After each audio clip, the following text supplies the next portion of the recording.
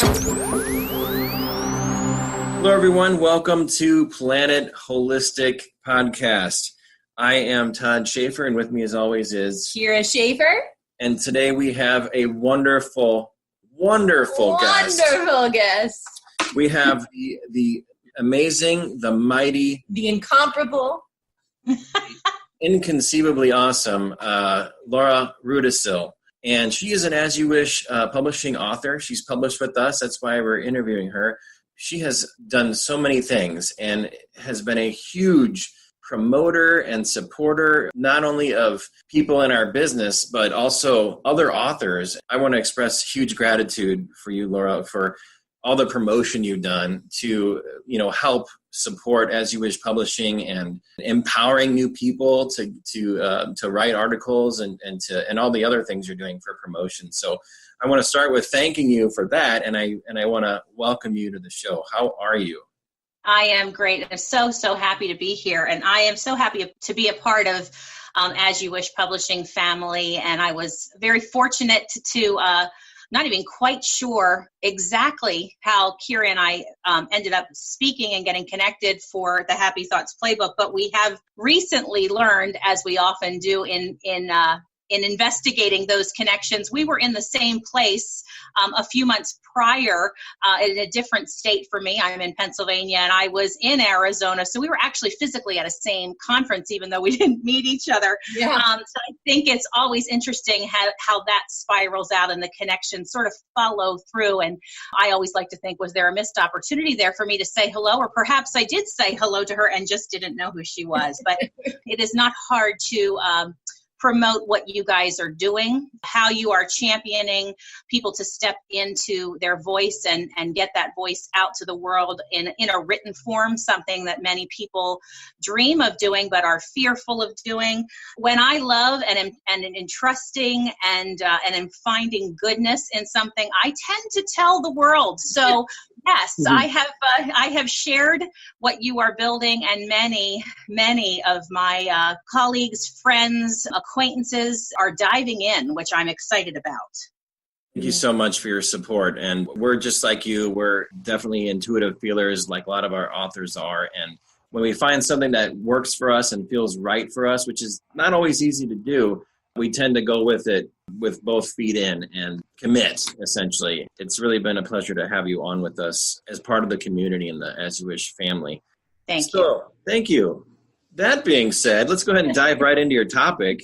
Today, Laura's going to present on what it means to make yourself a priority, which is a huge challenge for a lot of people, and a lot of the authors that we've had have written about things pertaining to overcoming their challenges and transformation and such. So we would love for you to just take it and run with it. And what can you tell us, Laura, about what it means to make yourself a priority? Well, I think I do speak primarily to women 30 to 65. I love the older generation, that 75 and up woman who is, I call her a goddess because she's done explaining herself and she's sort of solid in her messiness, which is just beautiful. But I have the season of life in that 30s, 40s, 50s for women. And my brother tells me men also, but my research pool in a salon environment, 30 years in a hair salon, it has been primarily women. But that rediscovery, whether it's by children growing up and moving out of the house or moving through seasons of life, maybe an ending of a marriage, ending of a career, that it's messy, that self-discovery is messy. And somewhere in that, prioritizing everyone and maybe health and wellness and sports and everybody else growth, sometimes women get on that back burner. So it is so important to make sure that we put ourselves on the to-do list and don't keep overriding when other things are pulling our attention. And it is a messy process and it's an expedition. It's a constant ongoing self-discovery. So I think somewhere in that 30s, 40s range, we realize that this is not going to be continual checking boxes and reaching done, where that there's never a down that you just go, thank goodness I'm finished, because you're never done. That evolution of self is just a beautiful process when you start to step in and be active in what's going on. I feel and I see many people in that mid-season of life just getting swept with that current and doing for others, thinking that sooner or later somebody's going to say, oh, I'm sorry, it's your turn. And unless we take an active role and actually prioritize for ourselves, they will be more than happy to keep letting the current drag us along. So I think making sure that we prioritize is important, but it also is complicated. So it involves that self-discovery of recognizing where you are in the moment and beginning in that messy middle, realizing that maybe that current dragged you so off course that you don't even recognize yourself. And we've all had friends that we look at and they're doing it maybe in a loud foot stomping reaction to a medical condition, or again, a marriage or something that's hitting a hiccup, or a career that all of a sudden we're like, well, I got the degree, I now have 20 years in, but I really don't like this. This is not uplifting me in any way. And really, I think the biggest hurdle begins, how do I start? Mm-hmm. And how would you start? What are the first steps for somebody that's in that messy middle? What would they need to do? The first 3 steps, what would you say they need to do? I think the very, very first thing is to dig into that big old bucket of self-compassion and remind yourself it is okay to begin wherever you are, in whatever size, shape, or color, whatever marriage, not marriage, whatever kid that's, currently in crisis or is on the way. Bottom line, we're all going to have a mess. You're either in it, you're just over it, or you're getting, prepared to dive into another one. I mean, it's ongoing. So self-compassion, absolutely number one, with accepting where you are to start. And then I think you really have to, discover what's important to you. What do I like?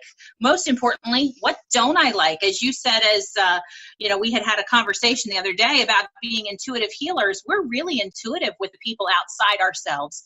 And a lot of times we don't take our own best advice. Yeah. So start to listen to yourself and discover the things that you love or the things you've forgotten you love.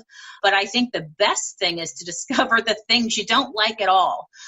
I said to someone the other day, I don't know where I'm going in some avenues of my journey, but I know that I'm not going to continue on that one.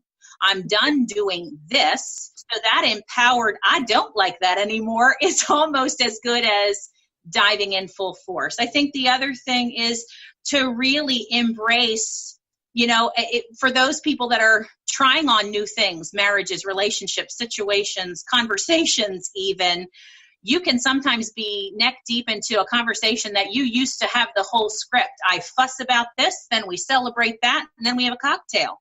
And now you can recognize when you're in the fuss doesn't fit anymore.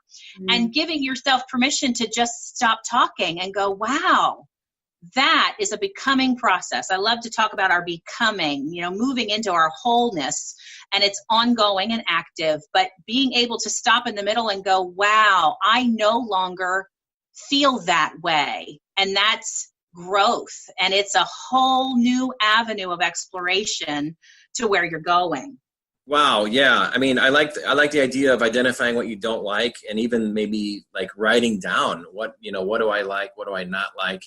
And then remembering that and like starting to practice staying committed to not doing the things I don't like, Absolutely. And again, I always say that new process of thinking might make you feel a little wiggly because it's like, there's no guardrails.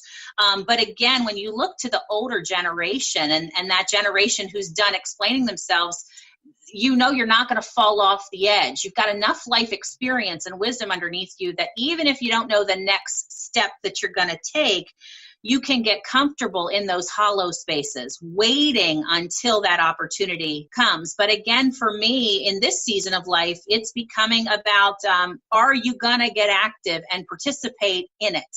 And instead of waiting for the opportunity to come to you. And then recently, I just, was sharing with a friend the other day, I've had a lot of really cool opportunities come through me diving in and trusting my writing and trusting my voice and trusting these connections that I'm making with people. But it's again, that process of getting in something then that you realize doesn't fit, and having the power to break up with it without it being a raising of your voice. Everybody can just respect the fact that, oh, you know what, this doesn't fit me, and I'm going to move in this direction. So missteps aren't, they aren't fatal. You can just go, oh, that's another discovery of self. So, okay.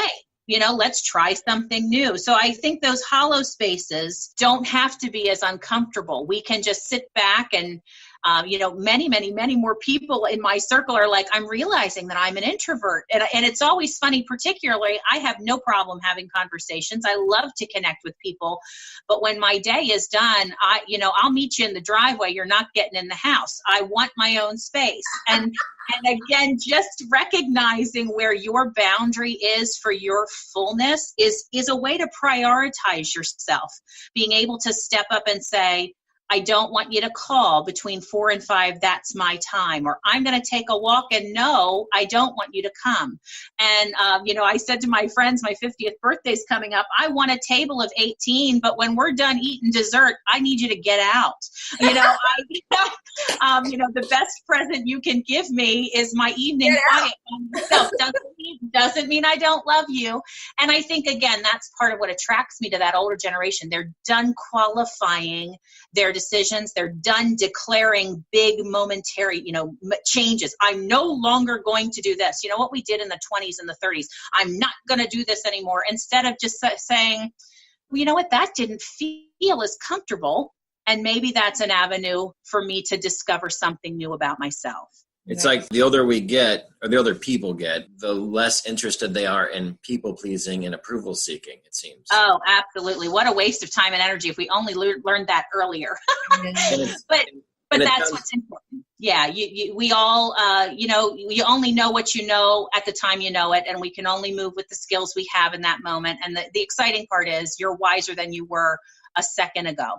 Right. And being able to say no and practicing having healthy boundaries, being okay in the void, and knowing that making new decisions means you're going to be going against the grain, and that's going to feel a little weird for a while, but to give yourself that space and to trust. Way okay. Yep. That's powerful. I would like to talk with you for the next 90 minutes, but you're out of time. But I will say this. I don't know about you, Todd, but you think we need to go over to her house and have a party in her driveway? Because sure, we want to go in her house. I think we can just tailgate in your driveway. I'll let you use the bathroom, but then you're back outside. I'll bring a porta potty. There you go. Well, thank you so much, Laura. How do people get in touch with you if they want to do some work with you, or want to get in touch with you and do some of these community building things that you got out there and these retreats that you have going on? The best way to connect is social media, Facebook, and that's Laura Rudacille author, Laura Rudacille Awakening Goddess Retreats, Laura Rudacille personal page. Anyway, you can find me. And then I also have a laurarudacille.com that puts things out there of what's going on. And I do live enrichment talks once a week in a private group, the AGR Hen House, which is just a women's group. And it's a private group on Facebook that you have to ask to be in. I don't put people in on purpose. They have to ask. I want you to want to be there. Perfect. Well, thank you so much, Laura. And anybody interested, you want to go out, check out Laura. And then you can also go to asyouwishpublishing.com, and we will see you next time. Thanks, Laura. Thanks so much, guys. You're welcome.